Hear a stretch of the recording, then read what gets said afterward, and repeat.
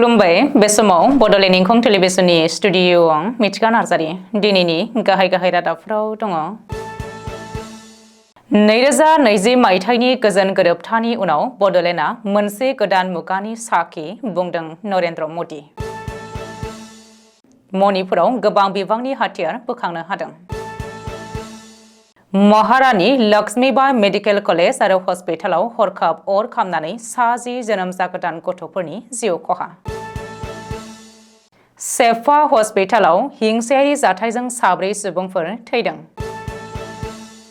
सापराव फोरोंगिरिया सासे फरायसाखौ जिनाहारि खालामदों। रौता आइथानजारनि अनिमा ब्रह्मआ गोब्राब बेरामाव गोग्लैनायाव फाहामथायनि थाखाय हेफाजाबनि गोनांथि जादों। बराक दैमायाव लांखार जानाय 3 मेइटे सुबुंफोरनि गोथै सह बोखांनो हादों। भारत, नेपाल आरो बांलादेशनि गेजेराव गिबि खेब मोब्लिब दैथायलायनि 3 खनायारि हाबाफारि। दानिया फैदोनि आबुं रादाबाव।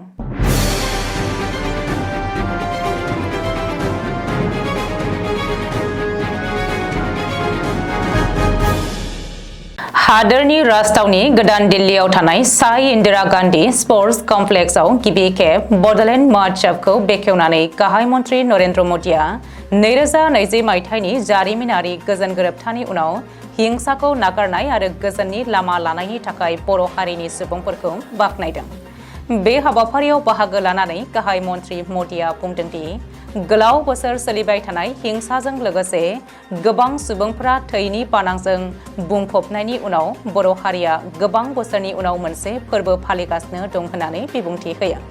बेनि अनगायैबो बर' गोजोन गोरोबथाया बर' हारिनि अनगायै सा सानजा ओनसोलाव गोबां गुबुन थागिबिफोरनि थाखाय गोदान लामाबो बेखेवदों आरो बर' हारिनि थाखाय मोनसे गोजों इयुननि थाखाय मोनसे गोख्रों बिथा गायसननाय जादों होननानै फोरमायो।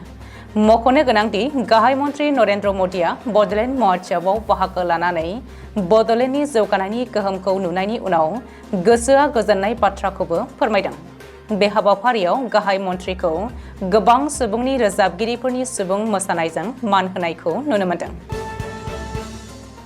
मणिपुरनि हाजो आरो जौयेन ओनसोलाव रैखाथि हान्जाया गोख्रों अपारेशन खालामनायाव गोबां बिबांनि हाथियार बोखांनो मोननाय जादों। मख'नो गोनांदि चुराचान्दपुर जिल्लायाव थानाय डाम्पी रिजार्भ फरेस्टनि सीमा ओनसोलाव बे अपारेशनखौ खालामनाय जादोंमोन। बे सिग्रोमनायाव गंसे .303 राइफल्सजों लोगोसे गरजि गोथां गुलि, गंसे .22 राइफल्स, गंनै आखाइजों बानायनाय पिस्तल, गंनै पम्पी, 9mm नि गरनै गोथां गुलि, 7.62 mm नि गरबा गोथां गुलि, मोनबा बर कार्ड केस, मोनबा पम्पीनि बमा, थरनै गेस ग्रेनेड, थरसे स्मक ग्रेनेड, मोनसे 2 इन्चि मर्टार बम, 10 ग्रेनेडनि मोननै बम आरो थर 20 डेटोनेटर जब्द खालामनाय जायो। बे जब्द खालामनायाव गासै हाथियारफोरखौ आयेननि गेजेरजों नायबिजिरनो मणिपुर पुलिसनो गथायनाय जायो। उत्तर प्रदेशनि झांसीआव थानाय महारानी लक्ष्मीबाई मेडिकेल कलेज आरो हस्पिटालाव मोब्लिबारि सर्ट सार्किट जानानै खमैबो 60 जोनोम जागोदान गथ'फोरनि जिउ खहा जादों। मख'नो गोनांदि अक्सिजेन सिलिन्डाराव मोब्लिबारि सर्ट सार्किट जानानै बे जाथाया जादोंमोन। बे दुखुनांथाव जाथायखौ खोनानानै हादरनि हादरगिरि द्रौपदी मुर्मु, गाहाय मन्थ्रि नरेन्द्र मदि, कांग्रेसनि आफादगिरि मल्लिका अर्जुन खारगे आरो उत्तर प्रदेशनि गिबि मन्थ्रि योगी आदित्यनाथ मोनहा जोबोद दुखु मोननाय फोरमायदों। लोगोसेनो गाहाय मन्थ्रि नरेन्द्र मदिआ थैनाय नखरनो 2 लाख रां आरो जोखोम जानाय नखरनो 50,000 रां पीएम रिलिफ फान्डनिफ्राय अनसुंथाइ होनो फोसावदों। बेनि अनगायैबो उत्तर प्रदेशनि गिबि मन्थ्रि योगी आदित्यनाथआ सीएम रिलिफ फान्डनिफ्राय थैनायनि नखरनो 5 लाख रां आरो जोखोम जानायफोरनो 50,000 रां अनसुंथाइ होनो फोसावदों। लोगोसेनो 12 घन्टानि गेजेराव बे जाथायनि सायाव नायबिजिरनानै रिपर्ट होनो थाखाय पुलिसनि आईजीपीखौ बिथोन होदों गिबि मन्थ्रि योगी आदित्यनाथआ। अरुणाचल प्रदेशनि सेफा हस्पिटालाव हिंसायारि जाथाय सोमजिनायाव 4 सुबुंफोरनि जिउ खहा जादों। बाजार लाइननि गभर्नमेन्ट हायर सेकेन्डारि स्कुलनि पी पायें मुंनि सासे चौकीदारा गोब्राब जोखोम जानानै सानजा कामेंआव थानाय नाहरलागुननि TRI SMSआव फाहामथाय होनाय समाव जिउ गोमायो। मख'नो गोनांदि सासे 40 बोसोरनि सुबुङा सेफपानि जिल्ला हस्पिटालाव गावनि बिसि फिसाजोजों लोगोसे गासै 3 सुबुंनि जिउ खहा खालामनाय जादोंमोन। बेनि अनगायैबो हाथियारजों गाग्लोबनायाव 7 सुबुंफोराबो जोखोम जादों होननानै सुलुङाव फोरमायदों। एसपी शेखमा फोरमायथिनाय बायदिब्ला बिसिखौ बुथारनाय सानखालि सानैनि गेजेराव दावराव दावसि जादोंमोन होननानै फोरमायदों। दासान्दि बे जाथायखौ गोख्रों नायबिजिरनो लानाय जायो। साफराव सासे उन्दै हिनजावसाखौ सनिबारखालि जरजुलुमै सासे फोरोंगिरिया जिनाहारि खालामनाय जाथाया सोराङाव फैदों। दायनिगिरिखौ 191 जिकलिडरा गुदि फरायसालिनि फोरोंगिरि जाहरुल इस्लाम होननानै सिनायथि होदों।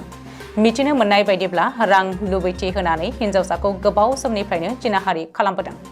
आरोबाव गावसोरनि गेजेराव बेबायदि मुगैथाव सोमोन्दो लाखिनायखौ रावनिबो सिगाङाव खिन्थानो मोना होननानै हिनजावसाखौ हुमखिबो होदोंमोन।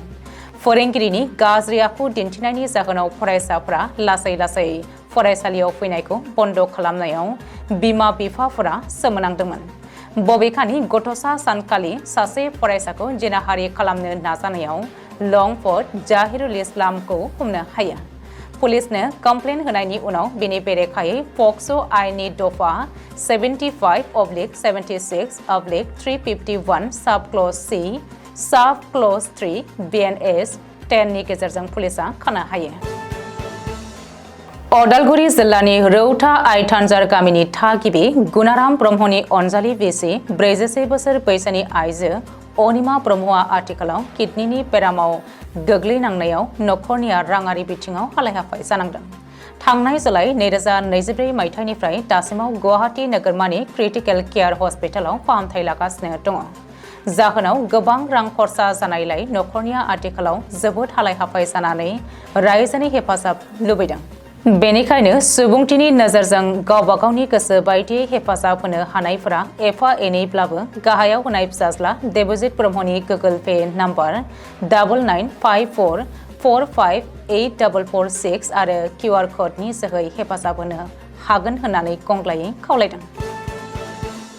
समबार मोनाखालि जखराधारनिफ्राय लांखार जानाय 6 मेथे सुबुंफोरनि गेजेराव 3 सुबुंफोरनि गोथै सह'खौ बराक दैमानिफ्राय बोखांनो मोननायनि उनाव जिरिबामाव आरोबाव दुंहाव थासारिया बारानिफ्राय बारा जादों। थैनाय सुबुंफोरनि गेजेराव 2 गथ'सा आरो 1 आइजोमोन। मख'नो गोनांदि आसाम मणिपुर सिमानि गिलगल ओनसोलाव बुथारखांनानै दैमायाव गारहरनायाव बिसोरनि गोथै सह'खौ बोखांनो हादोंमोन। गोथै सह'खौ बोखांनायनि उनाव पस्ट मर्टेम खालामनो सिलचर मेडिकेल कलेजाव दैथायहरनाय जायो। लांखारनायनि गुदियाव कुकी मावबादिफोरनि आखाइ थानो हागौ होननानै सन्देह खालामदों। शुक्रबार मोनानि समाव लांखार जानाय 3 सुबुंफोरनि रैखाथिनि थाखाय रोजा रोजा मेथे सुबुंफोरा लामायाव ममबाति लानानै ओंखारबोदोंमोन होननानै मिथिनो हादों। मख'नो गोनांदि गंनै नखरनि लांखार जानाय सुबुंफोरखौ जोरेम्बम रानी देवी 60 बोसोर, तेलम तैबी देवी 36 बोसोर, तेलम ताजामानबी देवी 8 बोसोर, लाइस्राम हेटेनबी देवी 25 बोसोर, लाइस्राम सेकेन्दानवा सिंह आरो 8 दाननि लाइस्राम लांगाम्बा सिंह होननानै सिनायथि होदों। मिरु सोरखारनि मोब्लिबारि गोहो बिफानारि मन्त्रि मनहरलाल काटारा गिबि खेब नेपाल आरो बांलादेशजों मोब्लिब गोहो दैथायलायनि थाखाय 3 खनायारि गोरोबथाखौ मावफुंनो थाखाय नेपालनिफ्राय भारत जानानै बांलादेशआव 40 मेगावाट मोब्लिब दैथायहरनायनि प्रजेक्टखौ इन्डियान पावार ग्रिडनि जोहै दैथायहरनो बांलादेशनि मोब्लिब बिफानारि बोसोनगिरि मोहम्मद फजल कबीर खान आरो नेपालनि मोब्लिब बिफानारि मन्त्रि दीपक कारखा जथायै शुक्रबारखालि बेखेवनानै होयो। मख'नो गोनांदि 2023 मायथाइनि 31 मेनिफ्राय 3 जुनसिम नेपालनि बै समनि गाहाय मन्त्रि पुष्प कुमार दाहालआ भारतआव फैनानै बांलादेशआव मोब्लिब दैथायलायनि सायाव गोरोबथा खालामफैदोंमोन।